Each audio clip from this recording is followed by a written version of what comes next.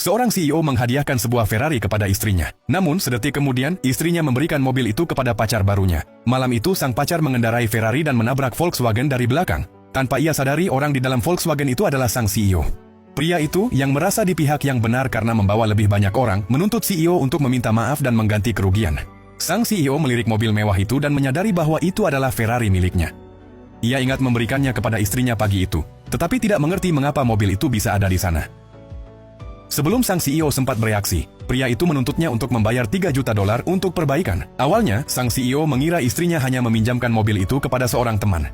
Namun ketika pria itu mengatakan bahwa mobil tersebut adalah pemberian dari pacarnya, sang CEO baru sadar bahwa istrinya telah mengkhianatinya. Pria itu mengancam sang CEO, mengatakan bahwa pacarnya adalah orang terkaya di kota itu, dan jika sang CEO tidak membayar kompensasi, maka ia akan menanggung akibatnya. Sang CEO sangat marah mendengar kata-kata itu. Tanpa dia sadari, CEO itu sendiri adalah orang terkaya di kota tersebut, dan istrinya menggunakan namanya untuk bertindak sesuka hati. Pada saat itu, pria tersebut berpura-pura murah hati dan berkata bahwa sang CEO hanya perlu membayar $2 juta saja. Sang CEO yang mendengarnya langsung marah dan meninju pria itu. Saat keduanya hampir terlibat perkelahian, polisi lalu lintas tiba tepat waktu. Setelah memeriksa rekaman kamera dashboard, polisi langsung menentukan bahwa kesalahan sepenuhnya ada pada pria pengemudi Ferrari. Asisten sang CEO lalu meminta pria itu untuk membayar ganti rugi.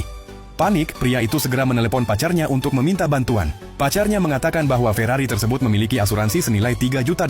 Mendengar itu, pria tersebut merasa lebih tenang. Namun ketika pihak asuransi tiba, mereka langsung terkejut. Ternyata Volkswagen yang ditabrak bukan mobil biasa, melainkan model paling mewah. Setelah melihat laporan kecelakaan, mereka pun lega karena tabrakan yang disengaja tidak termasuk dalam asuransi. Pihak asuransi kemudian meminta pria itu untuk menyelesaikan langsung dengan pihak korban. Pria itu mencoba memberikan $200.000 sebagai kompensasi, tetapi sang CEO mengatakan bahwa uang itu bahkan tidak cukup untuk mengganti lampu depan mobilnya. Pria itu mengira Volkswagen itu hanya mobil biasa, dan $200.000 sudah cukup untuk membeli yang baru. Namun, semua orang di sana terkejut ketika staf Volkswagen datang dan memberitahu bahwa mobil itu adalah model HT dengan harga $10 juta. Pria itu benar-benar terkejut dan tidak berdaya. Ia pun menghubungi pacarnya lagi untuk meminta bantuan. Pacarnya menyuruhnya menggunakan kartu kreditnya untuk membayar, lalu berkata akan segera datang ke lokasi.